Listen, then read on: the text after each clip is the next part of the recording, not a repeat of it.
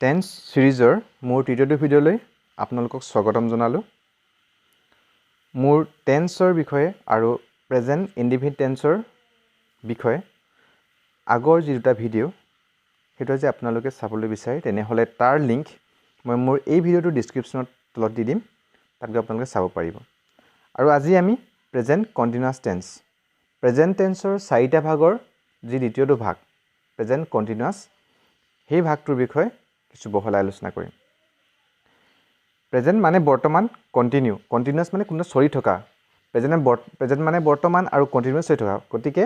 বৰ্তমান সময়ত কোনো এটা কাম, ঘটনা, কথা চলি থকা কাৰ্য বুজাবলৈ যিবিলাক বাক্য আমি ব্যৱহাৰ কৰোঁ সেইবিলাক প্ৰেজেণ্ট কণ্টিনিউৱাছ টেন্সৰ বাক্য হয়। সাধাৰণতে অসমীয়াত আছে, আছোঁ, আছা। ধৰি লওক মই কিতাপ পঢ়ি আছোঁ,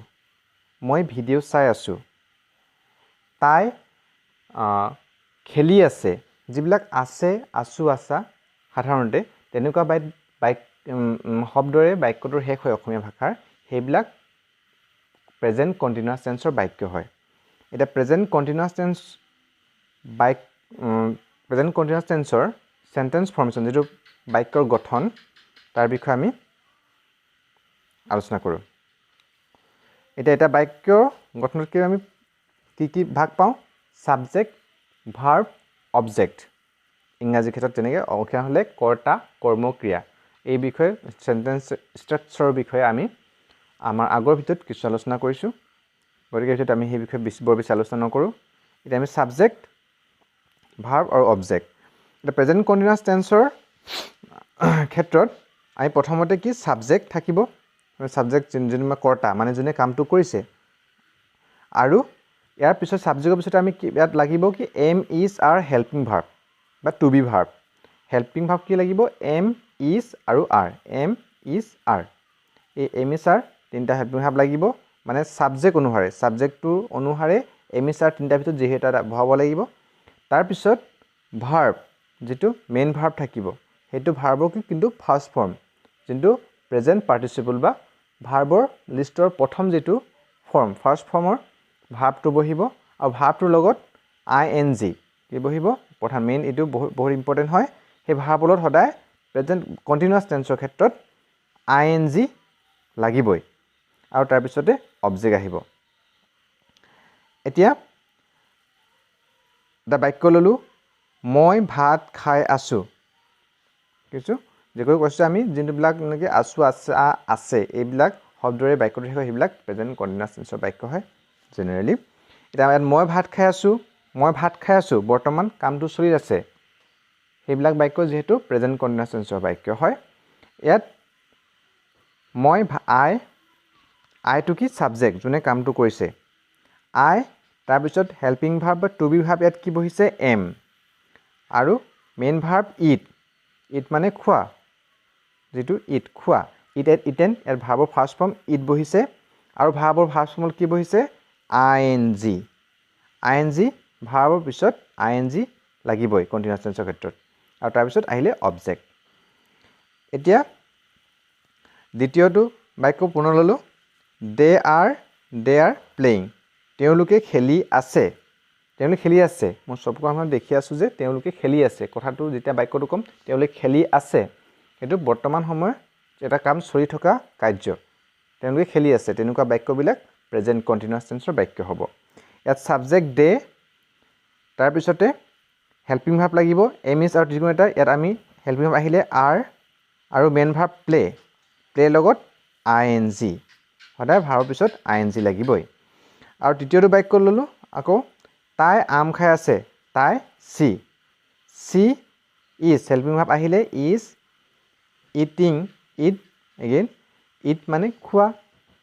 ইটৰ লগত কি লাগিলে? ING। ইটটো হ'ল ভাৰ্ব, সেইকাৰণে তাৰ পিছত কি? ING, eating mango'. এতিয়া আমি এই বাক্য তিনিটাত এই ছাবজেক্টৰ পিছত, এইটো আই ছাবজেক্ট মানে কৰ্তা, দে ছাবজেক্ট আৰু চি ছাবজেক্ট, এই ছাবজেক্টকেইটাৰ পিছত আমি ক'ত ইয়াত হেল্পিং ভাৰ্ব আমাৰ যি তিনিটা helping verb am, is, are, ইয়াত বহালোঁ আমি এম, ইয়াত বহালোঁ আৰ, ইয়াত বহালোঁ ইজ।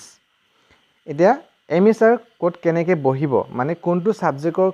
পিছত আমি এম বহাব লাগিব আৰ বহাব লাগিব ইজ বহাব লাগিব সেই বিষয়ে কিছু আলোচনা কৰোঁ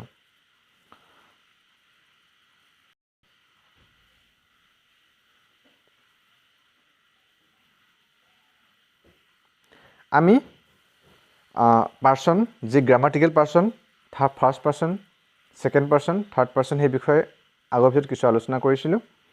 সেইটো বিষয়ে এতিয়া বৰ বেছিকৈ আলোচনা নকৰোঁ এতিয়া জাষ্ট কিন্তু আমি ফাৰ্ষ্ট পাৰ্চন মানে প্ৰথম ব্যক্তি ইয়াত আইটো কি ফাৰ্ষ্ট পাৰ্চন আই ফাৰ্ষ্ট পাৰ্চন আই লগত কেৱল আই লগতহে এম বহিব মানে আই ছাবজেক্টৰ পিছতে ইয়াত আমি আই পাইছিলোঁ আই ছাবজেক্টৰ পিছতে হেল্পিং ভাৰ্ব কণ্টিনিউছত হেল্পিং ভাৰ্ব কি বহিব এম বহিব বাকী কাৰো লগতে এম নালাগে এইটো চ' চিম্পল মত থৈ দিলে হ'ব যে আইৰ পিছত আজি আই এম পিছত আই ইজ বা আই আৰ নহয় সদায় I am reading I am playing মানে আই ছাবজেক্টৰ পিছত সদায় হেল্পিং ভাৰ্ব এম বহিব যদি কণ্টিনিউৱাছ টেন্সৰ বাক্য আমি লিখিব লগা হয় এতিয়া এমটো আমি গম পালোঁ ইজ আৰু আৰ ক'ত বহুৱাম ফাৰ্ষ্ট পাৰ্চন মই আৰু আমি ছেকেণ্ড পাৰ্চন হ'লে ইউ উই এইবিলাক আৰু থাৰ্ড পাৰ্চন তাৰমানে সি মানে দ্বিতীয় ব্যক্তি সি তাই তেওঁ কোনোবা ল'ৰাৰ নাম ৰাম সীতা মধু বা ইট ইয়াত মানে কি হি চি ইট ছিংগুলাৰ মানে এজন ব্যক্তি বুজোৱা যিকোনো মানুহৰ নাম বা কোনোবা ধৰি লওক মানুহৰ নামে ধৰিলোঁ ৰাম সীতা এনেকুৱা থাৰ্ড পাৰ্চন ছিংগুলাৰ নাম্বাৰৰ ক্ষেত্ৰত তৃতীয় ব্যক্তি এক হ'ব যে ছিংগুলাৰ নাম্বাৰৰ ক্ষেত্ৰত কি বহিব সদায় হেল্পিং ভাৰ্ব ইজ বহিব যে ইজ ক'ত বহিব তেতিয়াহ'লে থাৰ্ড পাৰ্চন ছিংগুলাৰ নাম্বাৰ হি চি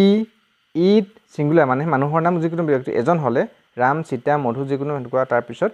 হেল্পিং ভাৰ্ব সদায় ইজ বহিব এতিয়া আৰ ক'ত বহিব আৰ বহিব ছেকেণ্ড মানে you we they third person হ'লেও য'ত নেকি প্লুৰেল হয় দেটো থাৰ্ড পাৰ্চন হয় কিন্তু বহু বচন দে ইউ পিছত আৰ বহিব উই পিছত আৰ বহিব দে ছেকেণ্ড পাৰ্চন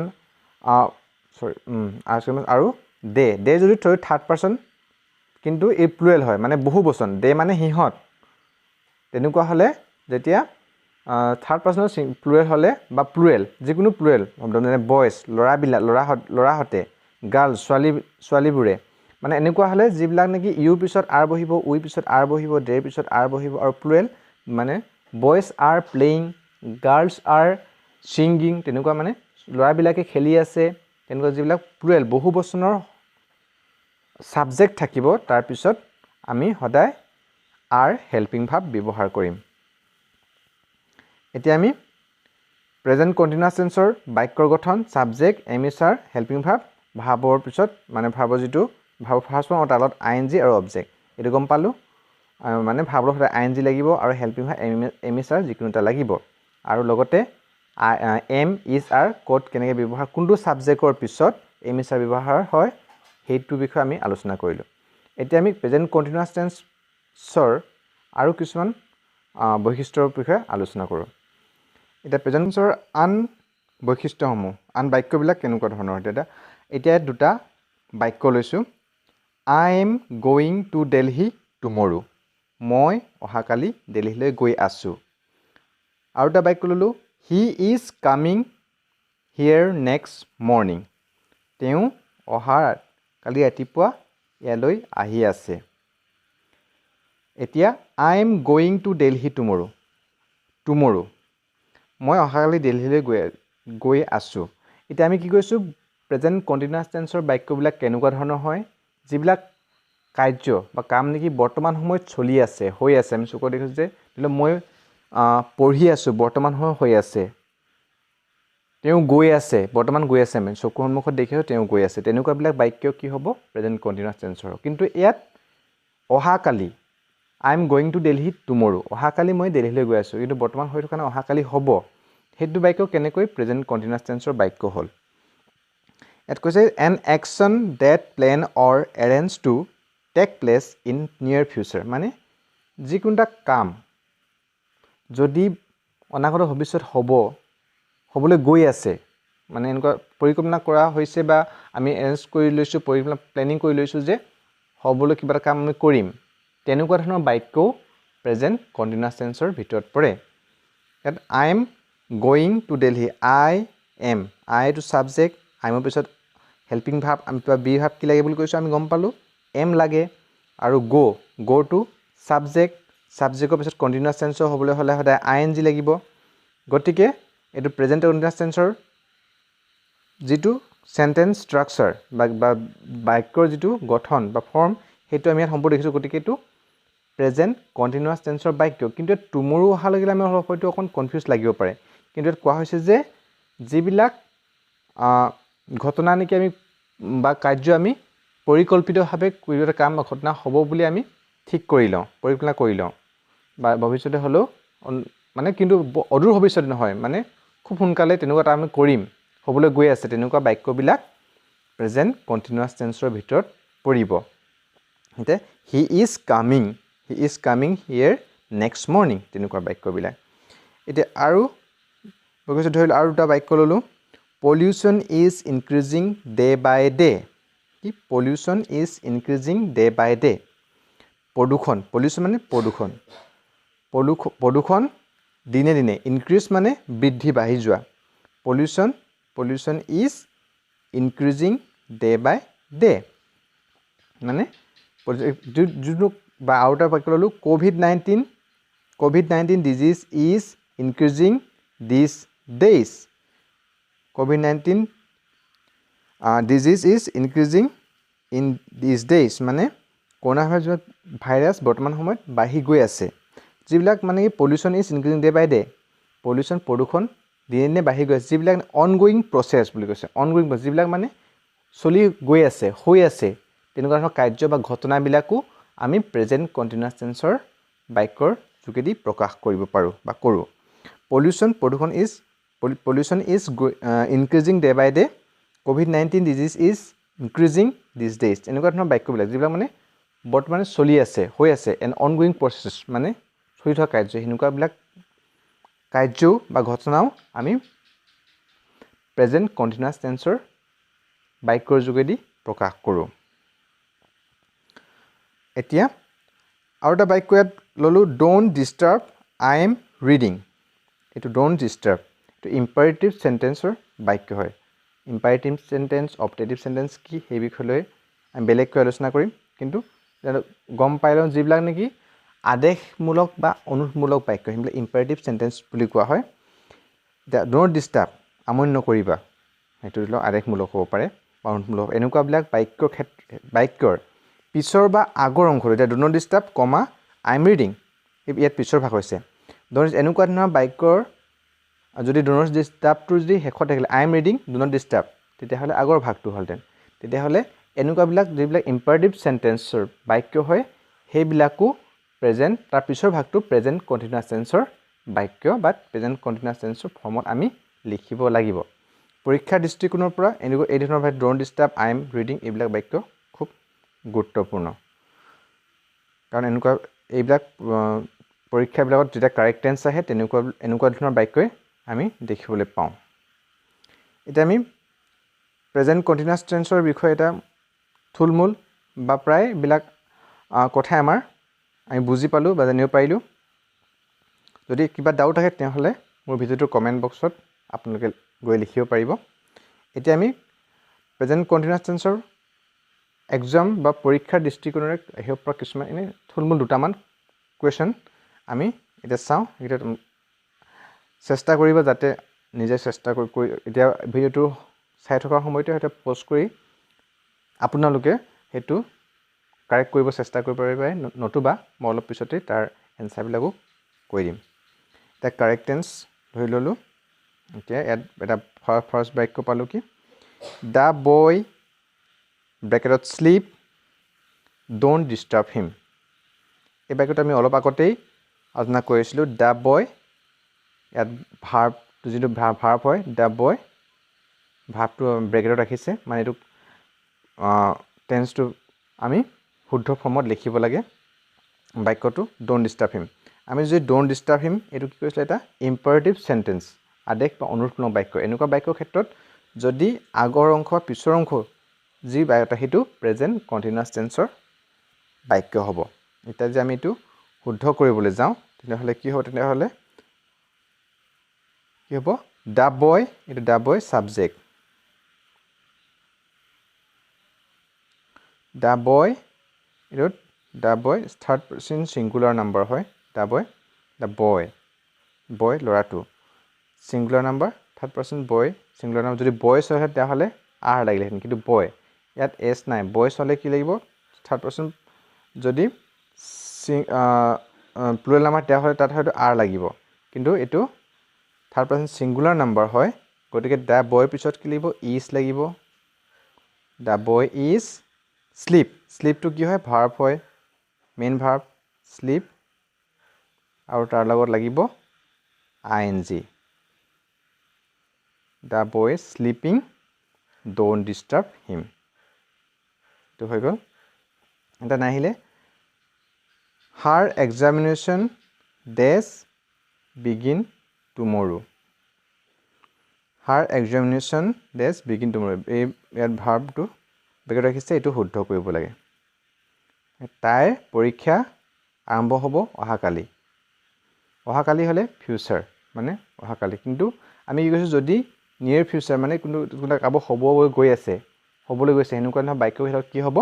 প্ৰেজেণ্ট কণ্টিনিউৱাছ টেন্সৰ বাক্য হ'ব যেনে পাইছিলোঁ আগৰ আমি he is going to Delhi টুমৰো ঠিক তেনে সেইটো একে হাৰ এক্সামিনেশ্যন ইজ